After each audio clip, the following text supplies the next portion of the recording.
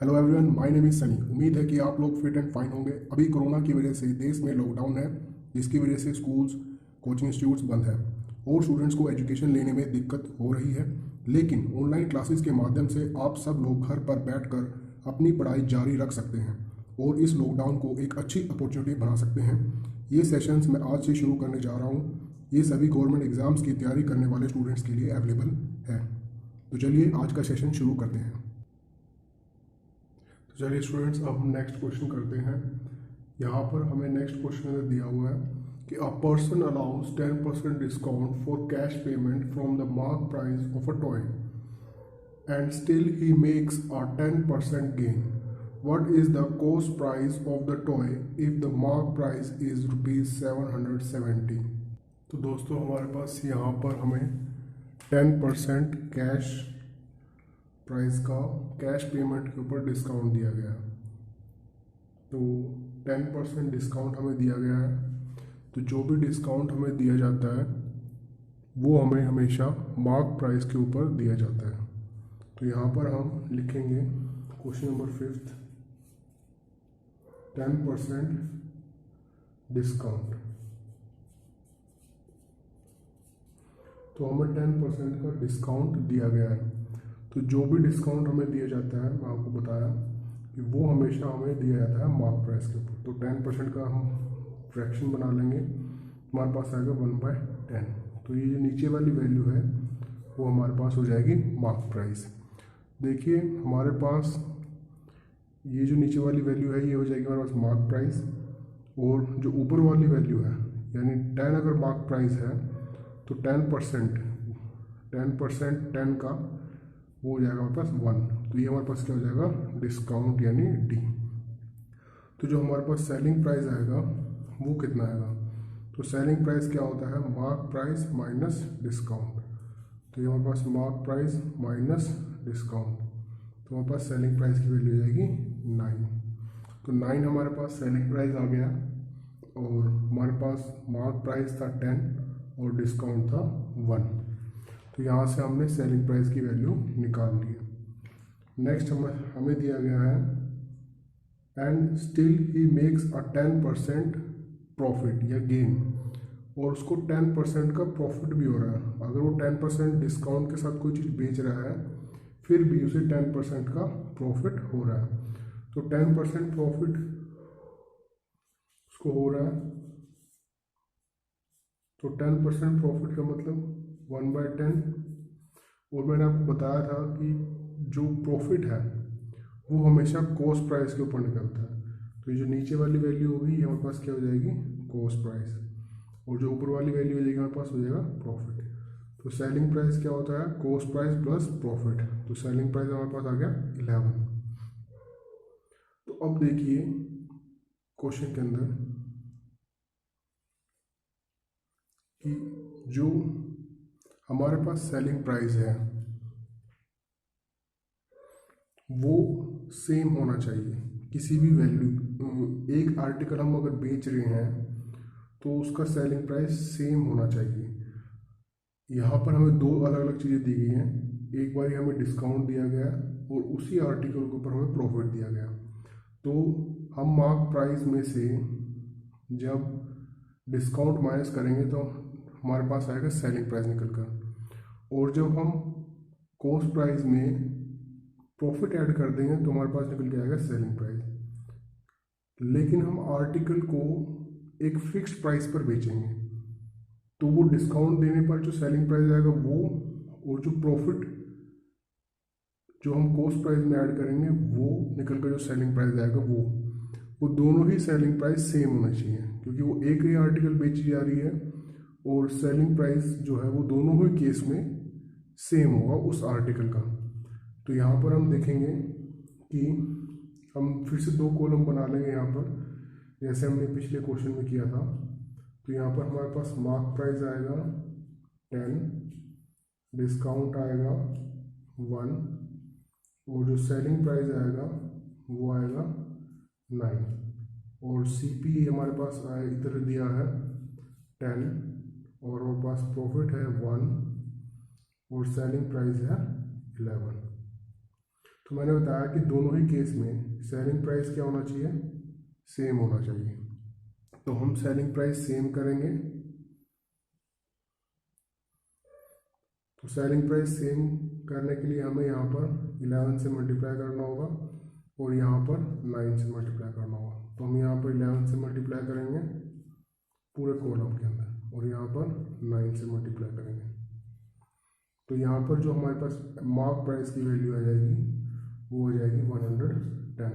Discount आ जाएगा हमारे पास 11 और जो सेलिंग प्राइस आ जाएगा वो आ जाएगा हमारे पास 99 और यहाँ पर सेलिंग प्राइस निकल के आएगा 99, प्रॉफिट आ जाएगा 9 और कॉस्ट प्राइस है हमारे पास 90। अब हमसे क्वेश्चन में पूछा गया है what is the cost price of toy if mark price is ₹770। तो हमें कॉस्ट प्राइस निकालना है। अब हमने सेलिंग प्राइस की वैल्यू है वो सेम कर ली है। तो हमारे पास मार्क प्राइस दिया गया है क्वेश्चन के अंदर, तो जो 110 रेशो है इसकी वैल्यू हमें रियल वैल्यू क्वेश्चन के अंदर दी गई है 770 रुपीज़। तो यहाँ से 1 की वैल्यू निकाल लेंगे हम। तो 1 की वैल्यू आ जाएगी ₹7। तो हमें निकालनी क्या चीज़ है, यहाँ पर हमें निकालना है कॉस्ट प्राइस। तो कॉस्ट प्राइस हमने यहाँ पर देखा कि वो 90 है। तो यहाँ पर हमें 90 बनाना है तो हम क्या करेंगे, यहाँ पर मल्टीप्लाई कर देंगे 90 दोनों साइड से। तो 90 की वैल्यू कितनी आ जाएगी 7 इंटू 90। तो जो टोटल वैल्यू आएगी हमारे पास आएगी 630 रुपीज़। ये हमारे पास आंसर हो जाएगा। अब इसी क्वेश्चन को हम दूसरे मेथड से भी कर सकते हैं। दूसरा मेथड एक शॉर्ट ट्रिक है और उस मेथड को यूज़ करके आप इसको सोल्व कर सकते हैं। तो दूसरे मेथड को आप कैसे सोल्व करेंगे दूसरे मेथड से आप, तो यहाँ पर हम लिख लेंगे एक मिनट, सेकेंड मेथड, यहाँ पर हम लिखेंगे कॉस्ट प्राइस और यहाँ पर हम लिखेंगे मार्क प्राइस। तो सेकेंड मेथड के अंदर हमारे पास एक सिंपल सा फॉर्मूला है 100 माइनस डिस्काउंट परसेंट और यहाँ पर रेशियो 100 प्लस प्रॉफिट परसेंट या फिर गेन परसेंट। तो हमें डिस्काउंट दिया गया है क्वेश्चन के अंदर 10% का, रेशियो 100 और हमें गेन दिया गया है 10% का। तो यहाँ पर दोनों के रेशियो निकाल लेंगे हम। अब आप सोचेंगे कि यहाँ पर हम 100 में से -10 यानी परसेंटेज कैसे माइनस करें, पर आपको ऐसा जो है वो डायरेक्टली माइनस कर देना है। आप परसेंटेज सोचे या ना सोचे उससे कोई फर्क नहीं पड़ता, या फिर आप यहाँ पर भी परसेंटेज का साइन लगा सकते हैं। तो आप 100 में से -10 करेंगे तो यहाँ पर चलो आप यहाँ पर परसेंटेज का साइन लगा लीजिए। तो यहाँ पर आ जाएगा 100% -10% और 100% प्लस 10%। तो यहाँ पर आ जाएगा 90% रेशियो 110%। परसेंटेज से परसेंटेज दोनों साइड कट जाएगा और ये 0 से 0 कट जाएगा। तो हमारे पास आएगा 9:11। और क्वेश्चन के अंदर हमें मार्क प्राइस दिया गया है, मार्क प्राइस दिया गया है 770 रुपीज़। तो यहाँ से 1 की वैल्यू कितनी आ जाएगी 70। तो हमें 9 की वैल्यू निकालनी है। तो 9 की वैल्यू कितनी जाएगी 9 इंटू 70 यानी 630 रुपीज़। तो आप इस सेकेंड मेथड को यूज़ कर भी अपने कॉस्ट प्राइस निकाल सकते हैं। तो चलिए नेक्स्ट क्वेश्चन की तरफ बढ़ते हैं। नेक्स्ट क्वेश्चन के अंदर हमें दिया गया है Gopal bought a cell phone and sold it to Ram at 10% profit. Then Ram wanted to sell it back to Gopal at 10% loss. What will be Gopal's position if he agreed?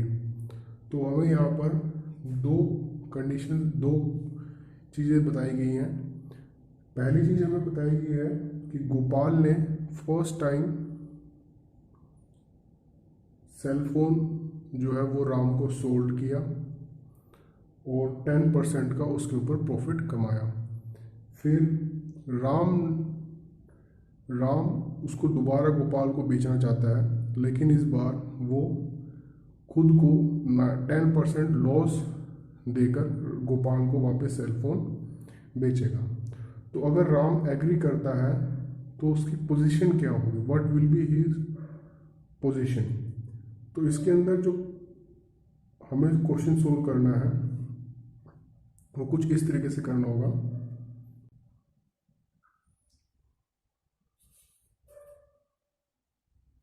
ये हमारे पास question number 5। Gopal ने राम को cellphone sold किया। तो गोपाल ने राम को sold किया 10% profit पर। तो 10% प्रॉफिट का मतलब क्या हुआ, 10% प्रॉफिट का मतलब हुआ 1/10, यानी अगर 10 उसका कॉस्ट प्राइस था तो 1 उसका क्या हो जाएगा, यहाँ पर प्रॉफिट हो जाएगा। या फिर उसको आप ऐसा मान सकते हैं कि गोपाल ने, लेट कर लेते हैं हम कि लेट गोपाल ने जो कॉस्ट प्राइस पे जो सेलफोन खरीदा वो ₹100 था और बेचा कितने के ऊपर, यानी सेलिंग प्राइस कितना था उसका ₹110, क्योंकि उसने उसके ऊपर 10% का प्रॉफिट गेन किया है। तो ये हमारे पास राम ने सेलफोन जो है वो इतने प्राइस के ऊपर खरीद लिया। तो ये राम के लिए क्या हुआ, तो ये राम के लिए हुआ उसका कॉस्ट प्राइस, ठीक है। फिर राम ने 10% लॉस के साथ दोबारा किसको बेच दिया, गोपाल को। तो राम के लिए कॉस्ट प्राइस कितना था 110, और इसका 10% लॉस अगर वो लेगा तो टोटल बेचेगा कितने में, 90% में। तो 90% में उसको बेचेगा। तो हमारे पास टोटल जो सेलिंग प्राइस आ गया वो कितना आ गया, ₹99। तो इस केस में गोपाल को क्या फ़ायदा होगा या नुकसान होगा वो हमें निकालना है। सेकेंड वाली ट्रांजैक्शन केस में ये हमें क्वेश्चन अंदर दिया गया। तो उसने कॉस्ट प्राइस जो लगाया था सेलफोन के ऊपर वो था उसका ₹100, और अब वो दोबारा खरीदेगा उस चीज़ को। गोपाल ने पहले जो कॉस्ट प्राइस लगाया था वो टोटल लगाया था ₹100, अब वो दोबारा उस चीज़ को खरीदेगा 99 रुपीज़ में। तो जब वो दोबारा उस चीज़ को 99 रुपीज़ में खरीदेगा तो उसको टोटल 1 रुपीज़ का उसको प्रॉफिट होगा। तो 1 रुपीज़ का उसे प्रॉफिट होगा कितने रुपीज़ के ऊपर, 100 के ऊपर, क्योंकि उसने पहले जो है वो कॉस्ट प्राइस 100 में वो मोबाइल खरीदा था। तो उसका जो हम परसेंटेज बनाएंगे तो कितना आ जाएगा यहाँ पर, ये 1% प्रॉफिट। चलिए अब हम नेक्स्ट क्वेश्चन की तरफ बढ़ते हैं। नेक्स्ट क्वेश्चन हमें दिया गया है, a shopkeeper sells an article at ₹40 and gains X% profit. However, when he sells it at ₹20, he faces some percentage of loss. What is the original cost price of the article? तो यहाँ पर हमें question के अंदर दिया गया है कि अगर एक शॉपकीपर कोई भी आर्टिकल 40 रुपीज़ में बेचेगा तो उसको उसके ऊपर X% का प्रॉफिट होगा, और अगर वो उसी आर्टिकल को ₹20 लेस करके बेचे तो उसको उस आर्टिकल के ऊपर उस केस में सेम लॉस होगा। सेम लॉस होगा कहने का मतलब यहाँ पर है कि जितना उससे पहले X% का प्रॉफिट हुआ था तो उसको लॉस भी X% का ही होगा। तो यहाँ पर इस क्वेश्चन को हम क्वेश्चन नंबर 6 को कुछ इस तरीके से प्रोसीड करेंगे। यहाँ पर हमें क्वेश्चन के अंदर दिया गया है प्रॉफिट परसेंटेज X% है, जो कि किसके बराबर है, लॉस परसेंट के। तो यहाँ पर हमें प्रॉफिट परसेंट और लॉस परसेंट दोनों ही इक्वल दिए गए हैं। अब आप लोगों को पता है कि प्रॉफिट परसेंट हम कैसे निकालते हैं। प्रॉफिट कब होता है, जब सेलिंग प्राइस जो है वो कॉस्ट प्राइस से ज़्यादा होता है। तो यहाँ पर selling price minus cost price, और हमेशा हम प्रॉफिट निकालें या कॉस्ट लॉस निकालें दोनों ही किस पे निकलते हैं, कॉस्ट प्राइस के ऊपर, इनटू 100 परसेंटेज बनाने के लिए। वो किसके बराबर है, लॉस परसेंट के। लॉस परसेंट के केस में क्या होता है, लॉस परसेंट के केस में हमारे पास कॉस्ट प्राइस की वैल्यू ज़्यादा होती है सेलिंग प्राइस से।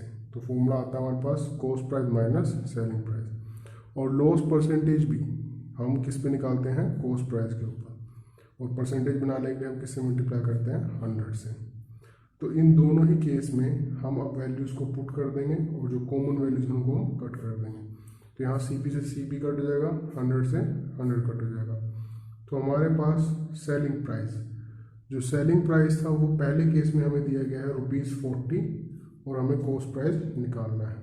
और सेकंड केस में हमारे पास सेलिंग प्राइस दिया गया है 20। अब हम दोनों ही वैल्यूज को सोल्व करेंगे तो हमारे पास कॉस्ट प्राइस की वैल्यू निकल जाएगी। तो हमारे पास यहाँ पर हम 40 इस 20 -20 उधर लेके आएंगे तो कितना हो जाएगा, ये +20 इक्वल्स टू, ये माइनस करते जाएगा तो कितना जाएगा, ट्वाइस ऑफ CP। तो हमारे पास ये वैल्यू आ जाएगी। तो यहाँ पर आ जाएगा 60 equals to twice of CP। तो ये आ जाएगा कितना, यहाँ पर हमारे पास CP आ जाएगा 30। तो हमारे पास जो कॉस्ट प्राइस की वैल्यू आई वो कितनी आ गई, ₹30। तो यही हमें क्वेश्चन के अंदर पूछा गया था।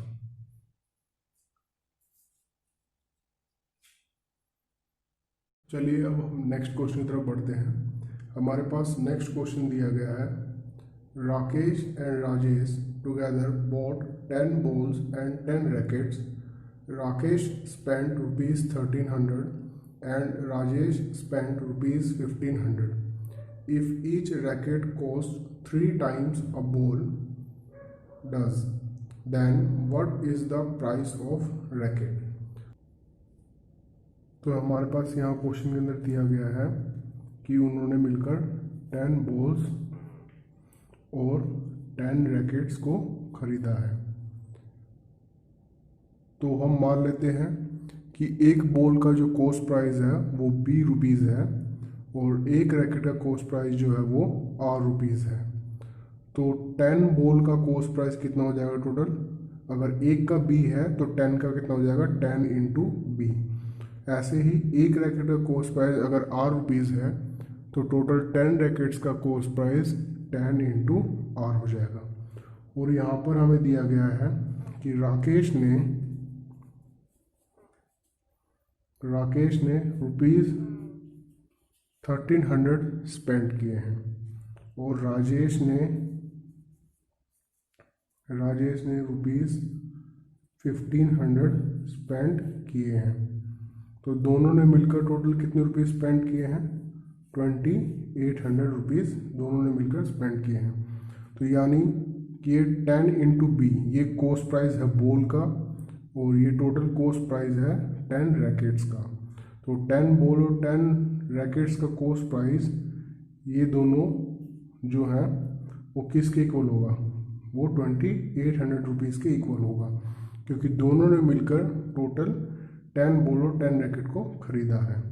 तो दोनों की वैल्यू 10 बॉल प्लस 10 रैकेट किसके बराबर हो जाएगा, 2800 के बराबर हो जाएगा।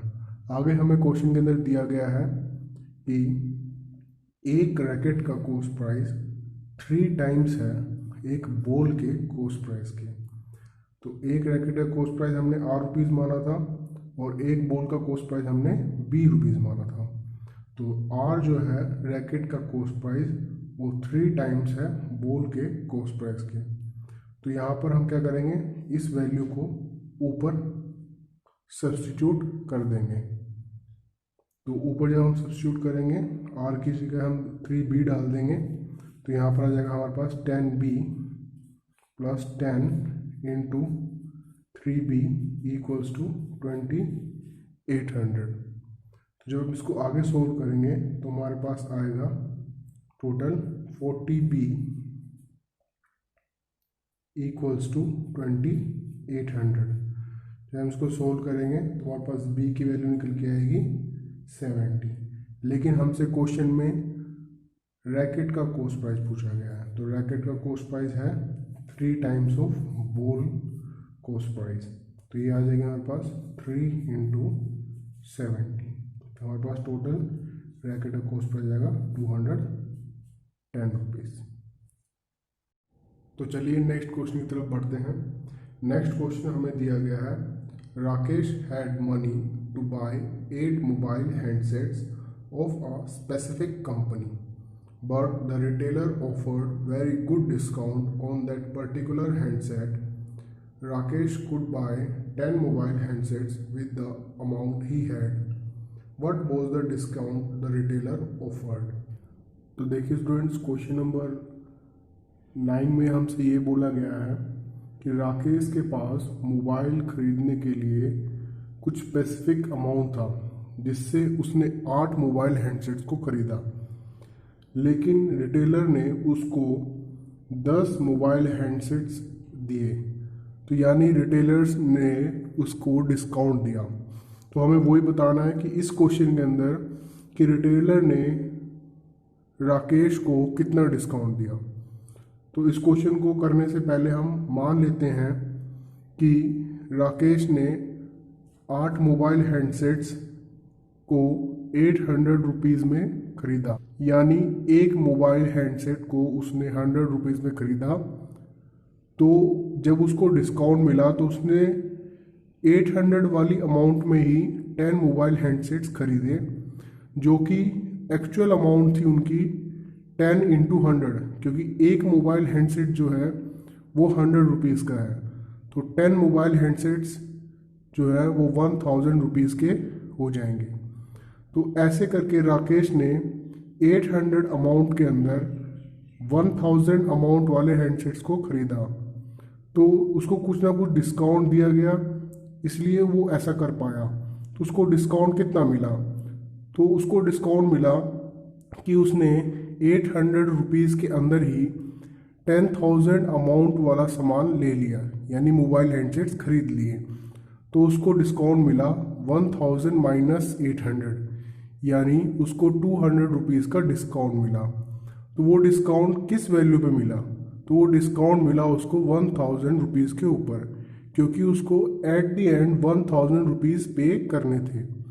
तो हम जब भी डिस्काउंट परसेंटेज निकालते हैं या डिस्काउंट निकालते हैं, तो हम हमेशा डिस्काउंट परसेंटेज के अंदर नीचे वाली वैल्यू हमेशा मार्क प्राइस रखते हैं। तो ये उसका मार्क प्राइस था। जब हम इसको सोल्व करेंगे तो हमारे पास आ जाएगा 20% डिस्काउंट।